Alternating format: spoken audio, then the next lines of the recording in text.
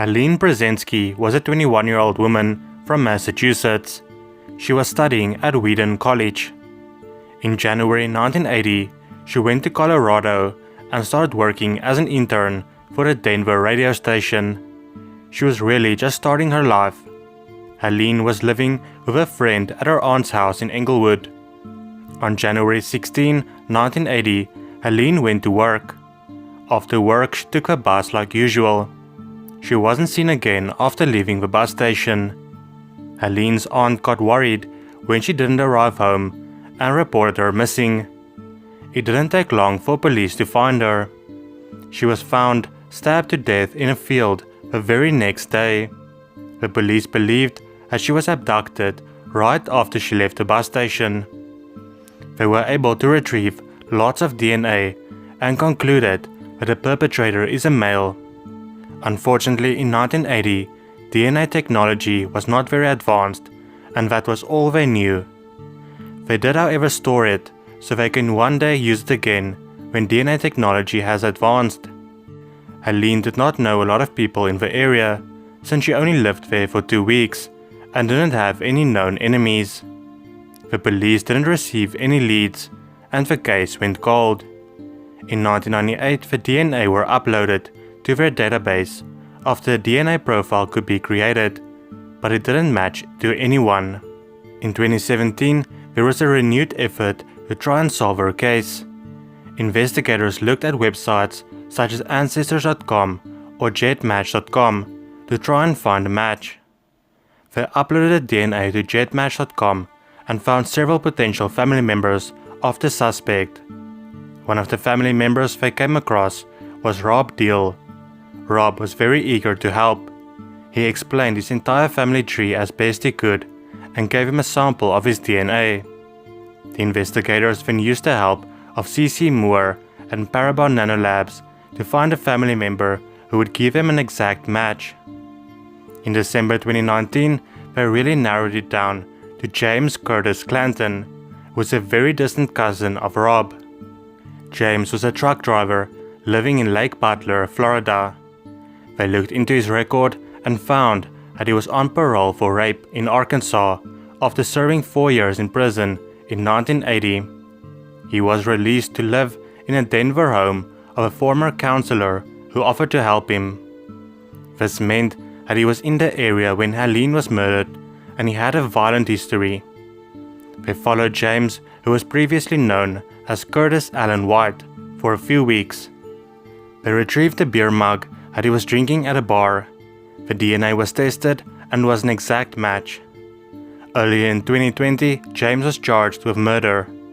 They are now also looking into other possible crimes he could be responsible for. Helene's sister, Janet Johnson, is really the only living close relative, and she was ecstatic to hear the news of the arrest. Janet, now 70 years old, said, "I want people to know what a special person Helene was. She was my best friend, and she had a bright future ahead of her." Marsi Belecz was a 12-year-old girl in 1985.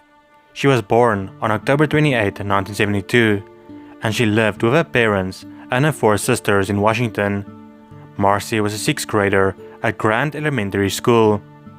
On August 3, 1985, she ran away from home at around 7 p.m. wearing a lilac-colored dress and some new shoes that she purchased with her allowance. She ran away because her dad made some hurtful comments about the dress and her appearance. Her family was worried, and her mother called police the next day to report her missing. 2 days later, on the 5th of August, Marsi's body was found in a vehicle impound yard. Her throat was cut, and the autopsy revealed that she was raped and stabbed 29 to 31 times. There was no defensive wounds, which meant that she didn't fight off the attacker. Homeless camps were raided, searching for anyone who might have seen or heard something relevant to the case. There was also a reward offered for $2,000. The investigators compiled a list of 87 possible suspects after interviewing 257 people. No evidence could be found that any of his suspects were involved in her death, however, and the case went cold. In 2019, investigators took the DNA they had and gave it to Parabon Nanolabs to be submitted into their database. Parabon Nanolabs gave them a list of 4 suspects. 2 of them was quickly ruled out. One of the other 2 was Clayton C. Giese. He was born and raised in Montana and would only have been 22 years old back in 1985. Clayton didn't have a long criminal history, only one arrest for a marijuana charge. The police couldn't just go and get his DNA because he wasn't alive anymore. 4 years after Marsi died, he too died in a car crash after he failed to navigate a curve and rolled his car. Investigators had to ask Clayton's family if they could exhume his remains so his DNA could be tested. The family gave her permission, and the investigators got the DNA sample. It was a perfect match. In fact, it's one of the closest DNA matches investigators have ever seen. Justice won't be served, but I'm still glad the family and community can get closure finally after so many years. One of Marsi's sisters said that she found comfort in knowing that Clayton can no longer hurt anyone. She even sent her regards to Clayton's family, saying she knew what it is like to lose someone so young.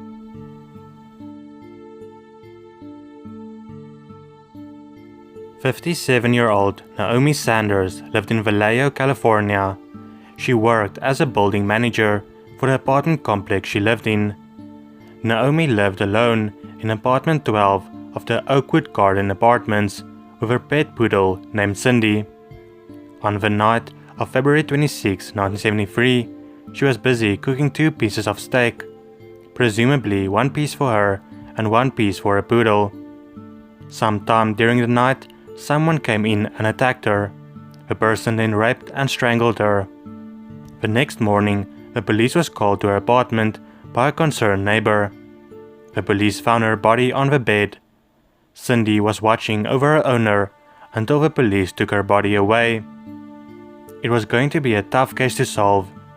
Since Naomi was the building manager, she had a large sign on her window with the word "open" to indicate that there were apartments vacant in a complex and people could come in and talk with her for inquiries. This meant that a lot of people would go in and out of her apartment every day. Naomi had no known enemies or angry boyfriends, so the police believed that someone pretended that they were looking for an apartment as an excuse to get inside. In 2014, the police sent in the clothes Naomi was last wearing to the California Department of Justice laboratory. They found a semen sample and was able to develop a DNA profile of the suspect. The DNA sample was entered into the database they had, but no matches were found. In 2018, they partnered with Parabon Nanolabs. They received 2 possible suspects. The first one resulted in a dead end. When they tested the second suspect, it was a match. They were almost 100% sure that the man they just tested is the son of the killer. The investigators announced on February 27, 2020, that Naomi's killer is Robert Dale Edwards. This announcement came exactly 47 years after Naomi was found. Robert was 22 years old back in 1973. They also learned that Robert's father was a co-worker of Naomi's before she was the building manager. Robert had a very long criminal history: assault, theft, DUI, domestic violence, and attempted murder. In 1993, he died of a drug overdose in Napa County. His son was shocked to hear this. He knew his father was a bad person and had changed after he came back from the Vietnam War, but never thought he was capable of what he did.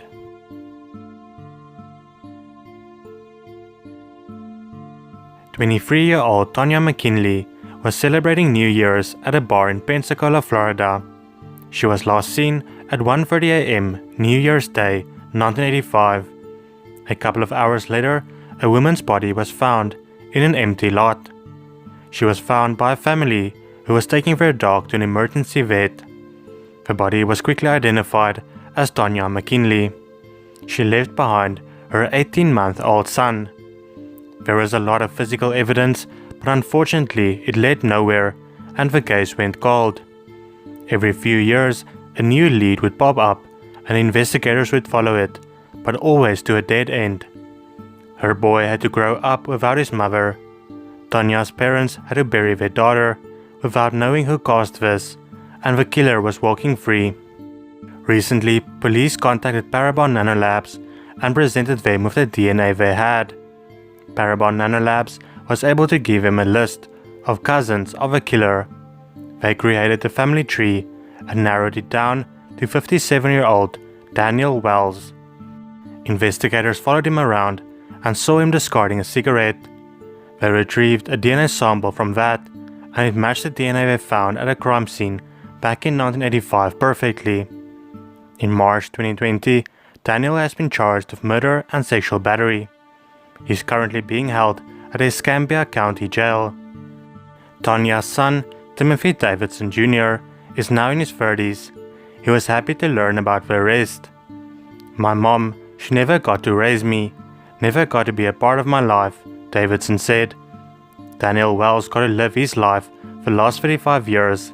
He got to have a family. He got to be around his children. And all those years he was out there, knowing what he did. He was carrying it around with him, and he was never going to tell anyone what he did. He wasn't going to ever just say what he did on his own. Nothing could ever make up for losing my mom, but at least now we know what happened to her.